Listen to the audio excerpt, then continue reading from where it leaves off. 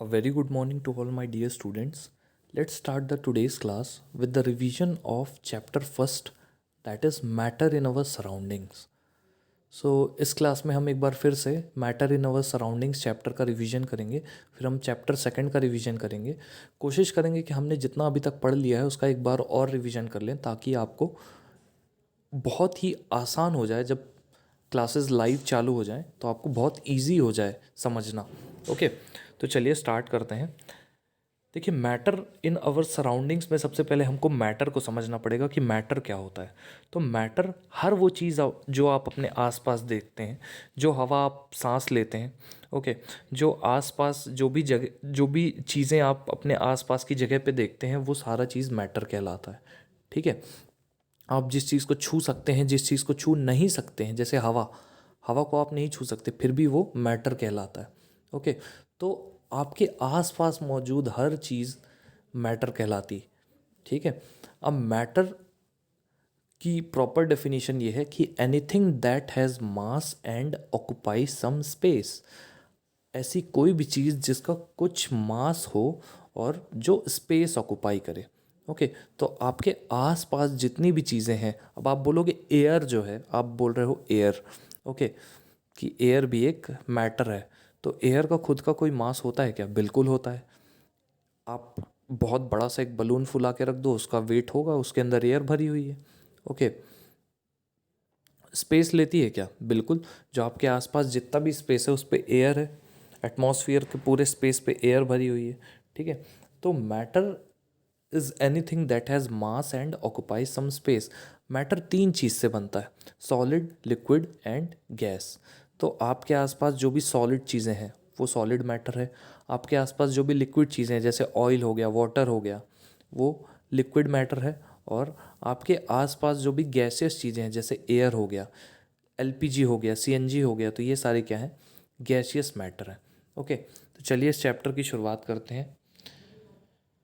As we look at our surroundings, अगर हम अपनी सराउंडिंग्स की तरफ देखें, we see a large variety of things with different shapes, sizes and textures. हम अगर अपने इर्द गिर्द, अपनी सराउंडिंग्स में, अपने वातावरण में देखें, तो हमें बहुत सारी चीज़ें अलग अलग शेप, साइज़ और टेक्सचर की दिखेंगी। Everything in this universe is made up of material which scientists have named matter. इस यूनिवर्स में हर चीज़ ऐसे मटेरियल की बनी है जिसको साइंटिस्ट ने क्या नाम दिया है? मैटर। हमारी यूनिवर्स में, इस ब्रह्मांड में हर चीज़ मैटर की बनी। द एयर वी ब्रीद, जो हवा हम सांस लेते हैं। द फूड वी ईट, जो खाना हम खाते हैं। Stones, clouds, stars, plants and animals, even a small drop of water और a particle of sand, everything is matter. यहाँ जितनी भी चीज़ें हमने पढ़ी, देखी, वो सारी की सारी चीज़ें मैटर हैं। Okay, we can also see as we look around that all the things mentioned above occupy space and have mass. हमने आसपास जो भी चीज़ें हम देख रहे हैं, हमने ये चीज़ गौर की कि जो भी चीज़ें मेंशन है वो कुछ ना कुछ स्पेस ऑक्यूपाई करती हैं और उनका खुद खुद का कुछ ना कुछ मास होता है। In other words, they have both mass and volume. दूसरे शब्दों में बोला जाए तो उनका खुद का मास और वॉल्यूम दोनों होता है। Since early times, human beings have been trying to understand their surroundings. पुराने ज़माने से ह्यूमन बींग्स जो हैं वो अपने वातावरण को समझने की कोशिश करते रहे। ठीक है। यहाँ पर इसके पहले एक लाइन थी, they both have mass and volume. हमने आसपास जितनी भी चीज़ें देखी उनका खुद का कुछ मास होता है। मास मतलब क्या होता है? मास मतलब होता है जितने नंबर ऑफ पार्टिकल्स से कोई भी चीज़ बनती है वो उसका मास कहलाता है। सपोज़ हमारा शरीर है, हमारा शरीर लगभग 12-13 ट्रिलियन सेल से बनता है। तो 12-13 ट्रिलियन सेल्स का जो मास होगा वो हमारे शरीर का मास होगा। ओके, तो जितने नंबर ऑफ पार्टिकल से कोई भी चीज़ बनती है वो उसका मास होता है। वॉल्यूम क्या होता है? वॉल्यूम जो जगह वो घेरता है वो वॉल्यूम कहलाता है। वॉल्यूम का एक छोटा सा एग्जांपल मैं अगर आपको बताऊं, आप अपने हाथ को कॉपी पे रख कर उसके आउटलाइन बनाना, वो जो आउटलाइन होगी वो आपके हाथ का वॉल्यूम है। उसके अंदर आपका हाथ जो है वो पूरा का पूरा स्पेस लेता है। ओके, सिंस अर्ली टाइम्स, पुराने ज़माने से human beings have been trying to understand their surroundings, इंसान जो है अपने वातावरण को समझने की कोशिश करता रहा है। Early Indian philosophers classified matter in the form of 5 basic elements, पुराने जो भारतीय फिलोसोफर थे वो मैटर को 5 एलिमेंट्स में डिवाइड करते हैं, 5 एलिमेंट्स में डिवाइड करते हैं। इनको बोलते हैं पंच तत्व। ठीक है, ये इन 5 एलिमेंट्स को क्या बोलते हैं? पंच तत्व। ये पंच तत्व कौन से हैं? Air, earth, fire, sky and water. ये पंच तत्व कौन से हैं? हवा, पृथ्वी, आग, स्काई और वाटर। ठीक है, according to them everything living और non living was made up of these 5 basic elements. उनके अकॉर्डिंग कोई भी चीज़ हो, लिविंग हो चाहे नॉन लिविंग हो, वो इन 5 बेसिक एलिमेंट्स की बनती है। कौन से 5 basic elements? Air, earth, fire, sky and water. Ancient Greek philosophers had arrived at similar classification of matter. पुराने जो ग्रीस फिलोसफर थे, ग्रीक फिलोसफर मतलब जो ग्रीस से बिलोंग करते हैं। ग्रीस कहाँ पर है? इंडिया के ईस्टर्न साइड में, यूरोप का ईस्टर्न पार्ट जो है वो ग्रीस है। ठीक है, modern day scientists have evolved 2 types of classification of matter based on their physical and chemical nature। जो आज के साइंटिस्ट हैं वो मैटर को 2 तरह से क्लासिफाई करते हैं, उनके फिजिकल प्रॉपर्टी के बेसिस पे और उनके केमिकल प्रॉपर्टी के बेसिस पे। फिजिकल प्रॉपर्टी मतलब क्या होता है? शेप, साइज, कलर वगैरह जो भी चीज़ होती है वो फिजिकल प्रॉपर्टी होती है। जैसे मैं अगर आपको बोलूँ कि आपकी हाइट कितनी है, तो आप बोलोगे मेरी हाइट है 5 फीट और समथिंग इंचेस। ओके, आपका कलर क्या है, तो आप बोलोगे फेयर है, डार्क है, ऐसे करके। ओके, आपके बाल कैसे हैं? कर्ली हैं, स्ट्रेट हैं। तो ये सारे क्या हैं? ये फिजिकल प्रॉपर्टीज़ हो गई हैं आपकी। अब केमिकल प्रॉपर्टीज़ की बात मैं करूं अगर, तो मैं पूछूंगा कि आप दिन में कितना खाना खा लेते हो और उस खाने को डाइजेस्ट करने में आपको कितना टाइम लगता है, आपके बॉडी में कितना ब्लड है। ठीक है, ये सारी चीज़ें क्या है? केमिकल नेचर है। Okay, in this chapter we shall learn about matter based on its physical properties. Okay, इस चैप्टर में हम मैटर को उसके फिजिकल प्रॉपर्टीज़ और केमिकल प्रॉपर्टीज़ के बेसिस पे पढ़ेंगे। तो जो भी मैटर है हमारे आसपास, चाहे वो सॉलिड हो, चाहे लिक्विड हो, चाहे गैस हो, हम पहले उसकी फिजिकल प्रॉपर्टीज़ पढ़ेंगे, फिर हम उसकी केमिकल प्रॉपर्टीज़ पढ़ेंगे। ओके, तो सबसे पहले फिजिकल नेचर ऑफ मैटर। तो फिजिकल नेचर ऑफ मैटर में पहला पॉइंट है, matter is made up of particles. Matter छोटे छोटे पार्टिकल से बना है, छोटे छोटे टुकड़ों से बना है। ठीक है, for a long time 2 schools of thought prevailed regarding the nature of matter। लंबे समय से 2 तरह की सोच चलती आई है। एक ये बिलीव करते हैं कि matter is continuous like a block of would. जैसे एक लकड़ी का टुकड़ा होता है जो कंटिन्यूस होता है, वैसा ही मैटर होता है। ठीक है, दूसरे ये बिलीव करते हैं कि matter is made up of particles like sand. दूसरे ये बिलीव करते हैं कि मैटर कुछ ऐसे पार्टिकल से बना है जिनको सैंड बोलते हैं। Let us perform an activity to decide about the nature of matter. चलिए हम एक एक्टिविटी को परफॉर्म करते हैं, उस एक्टिविटी के थ्रू हम मैटर का नेचर डिसाइड करते हैं कि वो मैटर कंटिन्यूस है या पार्टिकुलेट है। ओके,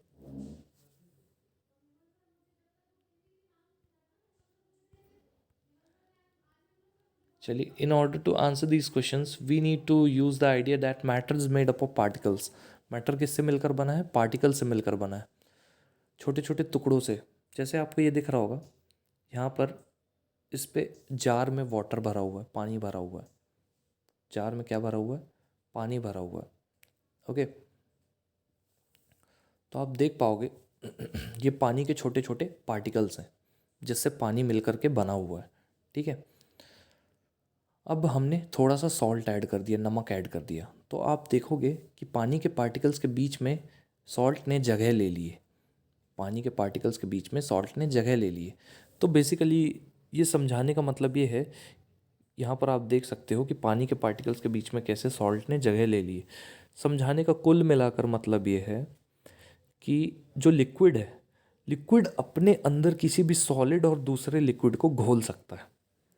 जैसे नमक, नमक सॉलिड था तो सॉलिड को ये वाटर ने अपने अंदर डिज़ोल्व कर लिया। क्यों डिज़ोल्व कर लिया? क्योंकि वाटर के जो पार्टिकल्स होते हैं उनके बीच में स्पेस होता है। उसी स्पेस में ये सॉल्ट के पार्टिकल्स आकर के बैठ गए। उसी स्पेस में सॉल्ट के पार्टिकल्स आकर के बैठ गए। ठीक है, तो ये होती है प्रॉपर्टी ऑफ मैटर कि जो भी पार्टिकल्स से वाटर बना था उन पार्टिकल्स के बीच में इंटरमोलिकुलर स्पेस होने के कारण जो सॉल्ट के पार्टिकल्स थे वो सेटल हो गए, बैठ गए। Okay, how small are these particles of matter? ये पार्टिकल्स ऑफ मैटर कितने छोटे होते हैं? ये बहुत छोटे होते हैं। जैसे आपने पानी में डेटॉल मिलाया होगा, डेटॉल लिक्विड जो आता है, तो आप देखोगे कि जो डेटॉल की स्मेल है वो आप चाहे जितना पानी ऐड कर लो वो स्मेल थोड़ी थोड़ी रहती ही है। दैट मीन्स वो थोड़ा सा डेटॉल आपने डाला था और वो उसके पार्टिकल्स इतने ज़्यादा डिज़ोल्व हो गए, इतने ज़्यादा अमाउंट में थे कि वो इतना तेज़ी से डिज़ोल्व हुए कि वो पार्टिकल्स जो हैं वो थोड़े थोड़े पार्टिकल्स की स्मेल जो है सबसे आ रही थी। ठीक है, take out approximately 10 ml of this solution and put it into 90 ml of clear water. तो कुल मिलाकर हमको इस एक्सपेरिमेंट में क्या बताया जा रहा है कि साफ़ पानी का एक जार आपको लेफ्ट साइड पे दिख रहा होगा 100 ml का। उस साफ़ पानी के जार में बहुत थोड़ा सा पोटेशियम परमैंगनेट डाल दिया गया। पोटेशियम परमैंगनेट क्या होता है? एक पर्पल कलर का, पिंकिश पर्पल कलर का एक मटेरियल होता है जो कलर देने का काम करता है और वो वाटर को प्यूरिफाई करने का काम करता है। तो उसका कलर होता है पिंक बेसिकली। तो जब आप पोटेशियम परमैंगनेट को पानी में डालते हो तो वो पानी पिंक कलर का हो जाता है। फिर उस 100 ml पानी से आप 10 ml पानी निकाल करके फिर साफ़ पानी में अगर डालते हो तो जो नया पानी है उसका कलर भी पिंक रहता है। ऑल्दो जो पुराना वाटर है उससे लाइट होता है लेकिन रहता है। फिर उससे भी 10 ml निकाल करके नए वाटर पे ऐड कर दो, फिर उससे भी निकाल करके नए वाटर पे ऐड कर दो, तो आप ये देखोगे आप बहुत सारा पानी आपको ऐड करना पड़ेगा उस पिंक कलर को हटाने के लिए। बहुत सारा पानी ऐड करना पड़ेगा। तो इसका मतलब क्या है कि एक छोटा सा पोटेशियम परमैंगनेट का टुकड़ा कितने करोड़ों पार्टिकल्स से बना होगा कि वो पार्टिकल्स आगे हम कितना भी पानी ऐड कर रहे हैं बट वो पिंक कलर नहीं छोड़ रहा, थोड़ा बहुत पिंक कलर रह ही जा रहा है। Okay, this experiment shows that just a few crystals of potassium permanganate can color a large volume of water. एक छोटा सा टुकड़ा पोटेशियम परमैंगनेट का बहुत ज़्यादा पानी को कलर कर सकता है। So we conclude that there must be millions of tiny particles. तो हम ये कंक्लूड करते हैं कि लाखों छोटे छोटे पार्टिकल्स होने चाहिए एक क्रिस्टल ऑफ पोटेशियम परमैंगनेट में। एक छोटे से पोटेशियम परमैंगनेट के क्रिस्टल में लाखों पार्टिकल्स होते हैं which keep on dividing themselves into smaller and smaller particles, जो अपने आप को छोटे छोटे टुकड़ों में तोड़ता जाता है। The same activity can be done using 2 ml of Dettol. यही एक्टिविटी आप डेटॉल के साथ भी कर सकते हो।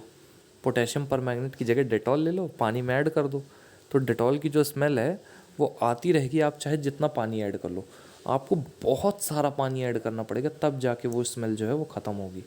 अब चलिए characteristic of particles of matter की बात करते हैं।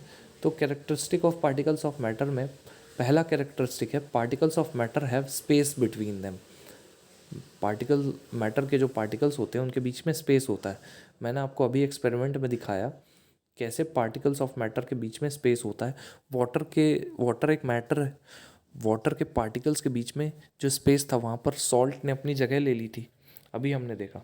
तो उससे ये पता चलता है पार्टिकल ऑफ मैटर में स्पेस होता है। ठीक है, in activities 1.1 and 1.2 we solve that particles of sugar, salt, Dettol और potassium permanganate got evenly distributed in water. बहुत आसानी से पानी में घुल गए। ठीक है, क्या क्या? शुगर, सॉल्ट, डेटॉल और potassium permanganate. Similarly when we make tea, coffee और लेमोनेड, जब हम चाय, कॉफ़ी या लेमोनेड यानी नींबू पानी बनाते हैं तो एक टाइप के पार्टिकल्स मैटर के दूसरे पार्टिकल्स के बीच में सेटल हो गए। ठीक है, this shows that there is enough space between particles of matter. ये बताता है कि इनफ स्पेस होता है पार्टिकल्स ऑफ मैटर के बीच में। ठीक है,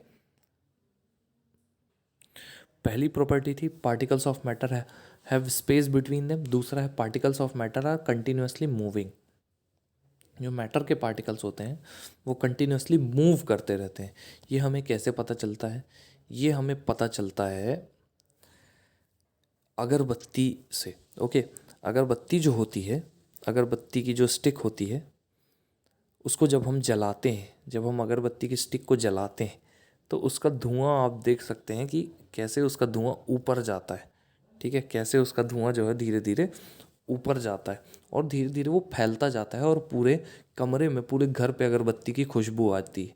ओके, तो उससे हमें ये पता चलता है कि मैटर के पार्टिकल कंटिन्यूसली मूव करते होंगे, तभी तो अगरबत्ती पूजा वाले घर पे जलाई जाती है और वहाँ से पूरे घर पे उसकी स्मेल जो है वो फैल जाती है। ओके, तो इससे ये पता चलता है कि मैटर के पार्टिकल जो है वो कंटिन्यूसली मूव करते रहते हैं। ओके, फिर particles of matter are continuously moving, that is they possess what we call the kinetic energy। जो particles of matter होता है उनमें काइनेटिक एनर्जी होती है। काइनेटिक एनर्जी मतलब ऐसी एनर्जी जो किसी भी पार्टिकल को आगे ले जाने का काम करती है। आप ज़मीन पर चलते हैं तो आपके अंदर काइनेटिक एनर्जी जनरेट होती है। ओके, बॉल जो है आपकी तरफ आती है तो बॉल में काइनेटिक एनर्जी होती है। ओके, जो भी चीज़ हाइट में होगी उसमें पोटेंशियल एनर्जी होगी, जो भी चीज़ ज़मीन पर होगी उस पर काइनेटिक एनर्जी होगी। ये बात आप ध्यान रखिएगा। Okay, as the temperature rises, जैसे जैसे टेम्परेचर राइज करता जाता है द पार्टिकल्स मूव फास्टर, जो पार्टिकल्स हैं वो तेज़ी से भागते हैं। So we can say that increase in temperature the kinetic energy of the particle also increases. जब हम टेम्परेचर बढ़ाते हैं तो पार्टिकल्स की काइनेटिक एनर्जी भी बढ़ती है। ठीक है, in the above three activities, ऊपर की तीन एक्टिविटीज़ में हमने ये ऑब्जर्व किया that the particles of matter intermix on their own. ऊपर की तीन एक्टिविटीज़ में हमने ये ऑब्जर्व किया कि जो मैटर के पार्टिकल्स हैं वो आपस में मिक्स होते रहते हैं, इंटरमिक्स होते रहते हैं। ठीक है, they do so by getting into the spaces between the particles. वो मिक्स होते हैं, कैसे मिक्स होते हैं? क्योंकि उनके बीच में आपस में जो स्पेस होता है उस पे दूसरी जो चीज़ें हैं वो आ जाती हैं। जैसे हमने देखा था कि वाटर के पार्टिकल्स के बीच में जो स्पेस था वहाँ पर हमने जब सॉल्ट डाला तो सॉल्ट के पार्टिकल्स आ गए। This intermixing of particles of two different types of matter on their own is called diffusion. तो डिफ्यूजन क्या होता है? इंटरमिक्सिंग ऑफ पार्टिकल्स, दो अलग अलग मैटर के पार्टिकल्स का आपस में इंटरमिक्स होना कहलाता है डिफ्यूजन। ठीक है, we also observe that on heating diffusion becomes faster. जब हम किसी भी ऑब्जेक्ट को गर्म करते हैं तो डिफ्यूजन तेज हो जाता है। ओके, बहुत तेज़ी से डिफ्यूजन होने लगता है। ठीक है, अब अगला है particles of matter attract each other. जो मैटर के पार्टिकल्स होते हैं वो अट्रैक्ट करते हैं एक दूसरे को। ठीक है, कैसे अट्रैक्ट करते हैं वो हम अभी देखेंगे। ओके, तो इसके लिए आपको एक एक्सपेरिमेंट, कुछ एक्सपेरिमेंट समझने पड़ेंगे। जैसे आप एक लोहे का टुकड़ा ले लीजिए, आप एक रबर बैंड ले लीजिए, आप एक कोयले का टुकड़ा ले लीजिए या पत्थर ले लीजिए। आप हथौड़े से लोहे को मारिए पहले, फिर पत्थर को मारिए, फिर रबर बैंड को मारिए। पत्थर तो टूट जाएगा, लोहा और रबर बैंड जो है उनको, लोहे का शेप चेंज हो सकता है लेकिन वो टूटेगा नहीं जल्दी। तो उससे क्या पता चलता है हमें कि कुछ ऐसी चीज़ होती है जो इतना ज़्यादा ताकत लगाने के बाद भी आयरन को जोड़ कर रखती है या रबर बैंड को जोड़ कर रखती है। वही कहलाती है attractive force of matter. Okay, जैसे आपने पानी को देखा होगा, पानी को आप अगर चाकू से काटने की कोशिश करेंगे तो वो कटेगा नहीं।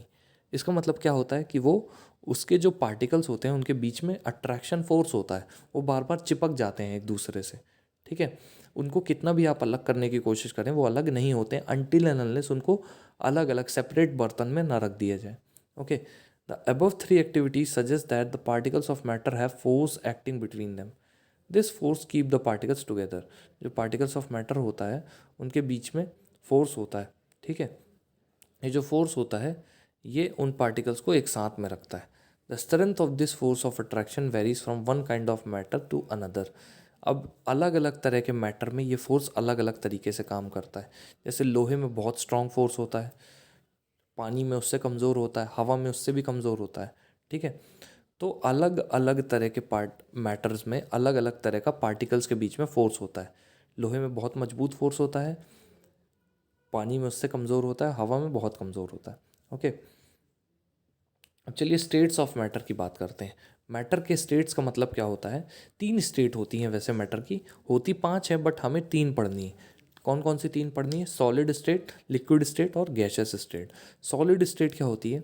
वो स्टेट ऑफ मैटर जो जिनमें पार्टिकल्स बहुत तेजी से आपस में जुड़े हुए होते हैं, जैसे आयरन, लोहा। लोहा जिन पार्टिकल से बना है, आयरन के पार्टिकल से बना है, तो वो आयरन के पार्टिकल्स आपस में बहुत तेजी से चिपके हुए होते हैं। ठीक है, तो ये कहलाती है सॉलिड स्टेट। पत्थर देख लीजिए, आयरन देख लीजिए, ये सब बहुत मजबूत होते हैं, सॉलिड आइटम। ठीक है। लिक्विड स्टेट क्या होती है? यहाँ पर पार्टिकल्स ऑफ मैटर के बीच में जो अट्रैक्टिव फोर्स होता है थोड़ा सा कमज़ोर होता है in comparison to solid state. तो लिक्विड स्टेट में जो पार्टिकल्स होते हैं वो थोड़े से दूर दूर रहते हैं। जैसे आपने वाटर के पार्टिकल्स देखे होंगे, वाटर के मॉलिक्यूल्स के, तो वो दूर दूर होते हैं, उनके बीच में स्पेस होता है। ठीक है। और तीसरा गैसियस स्टेट। गैसियस स्टेट में पार्टिकल्स के बीच में बहुत ज़्यादा डिस्टेंस होती है। ठीक है। तो ये तीन स्टेट ऑफ मैटर हैं जिनके बारे में हमें पढ़ना है।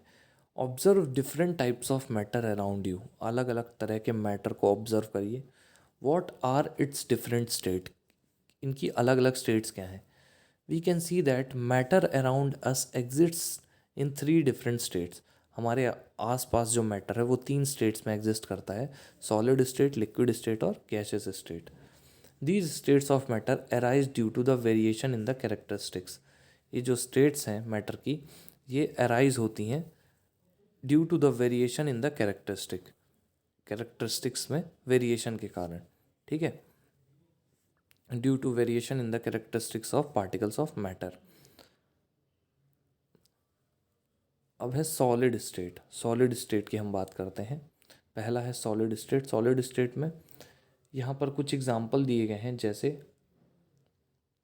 एक pen, book, needle, wooden stick, ये सारे एग्जाम्पल दिए गए हैं, नोटबुक।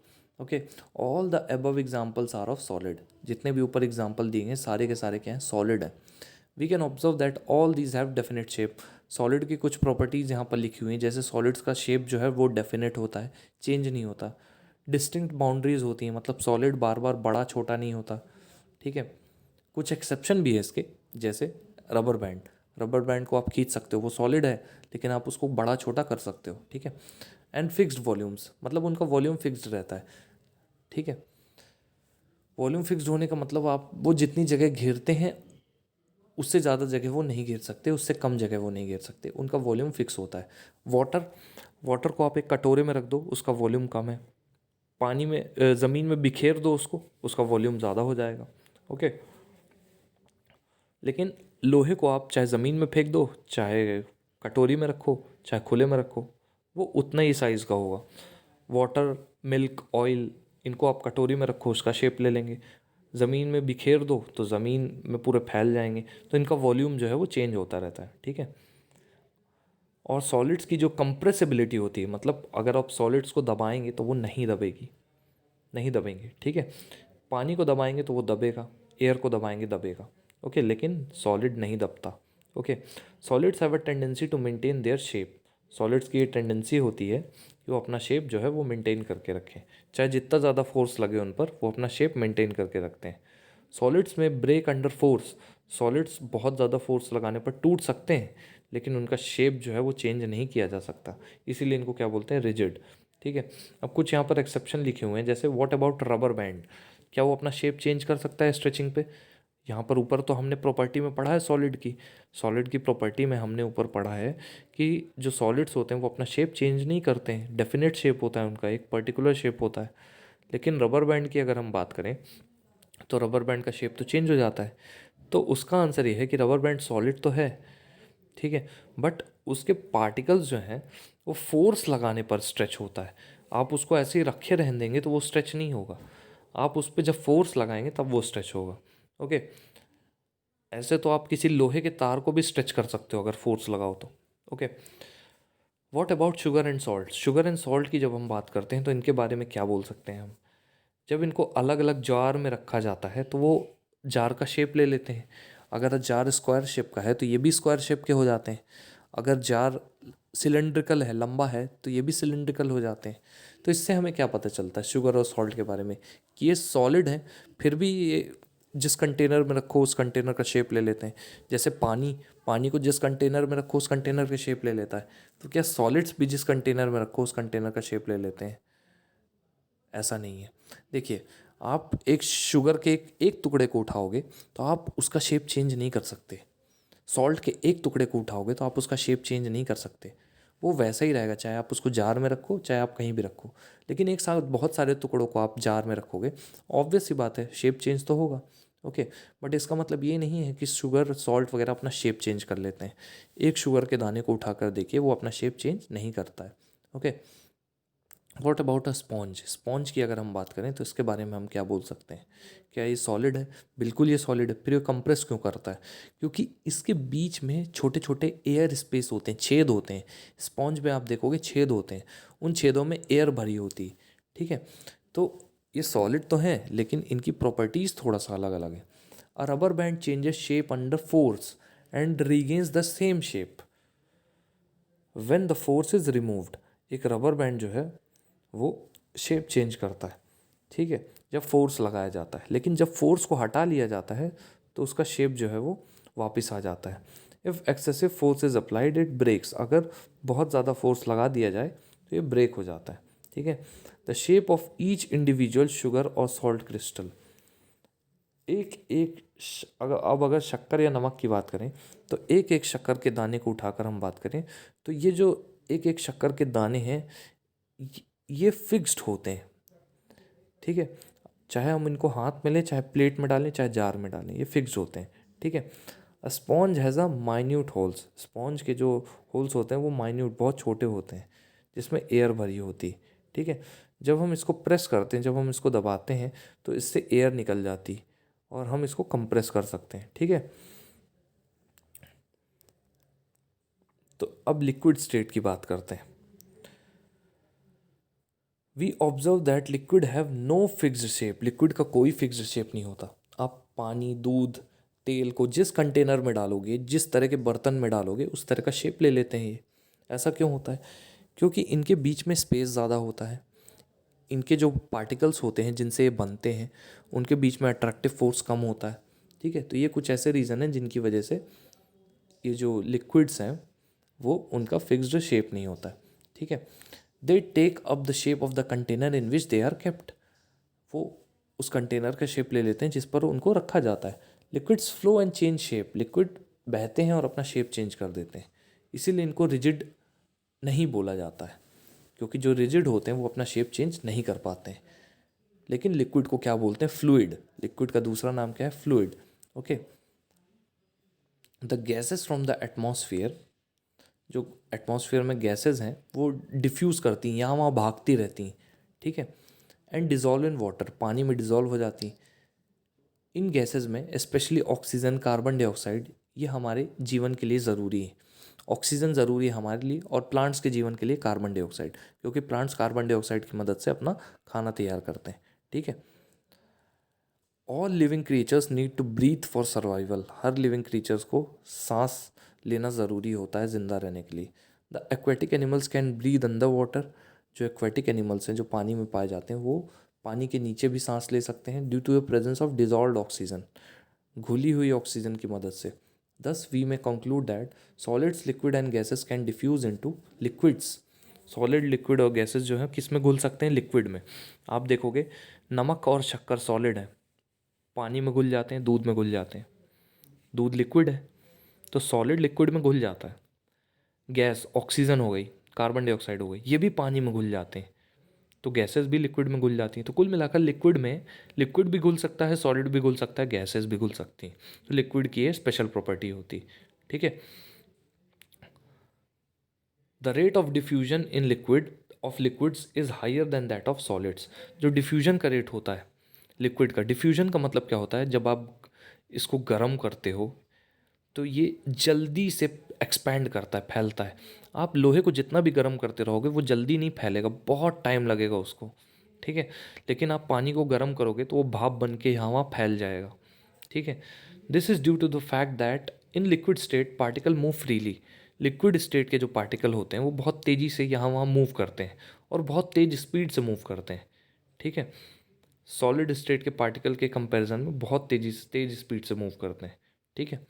तो ये होती है लिक्विड स्टेट के पार्टिकल्स की प्रॉपर्टी। अब गैसेस स्टेट स्टूडेंट्स हम नेक्स्ट लेक्चर में कंटिन्यू करेंगे। यहाँ तक आप रीड कर लीजिएगा, जो भी आपको डाउट हो मेरे से पूछिएगा, और रीडिंग ईमानदारी से करिएगा, क्योंकि आप अगर ईमानदारी से रीड नहीं करोगे तो इस पर आपका घाटा है, आपको समझ में नहीं आएगा। ओके, तो that's all for now students, thank you so much.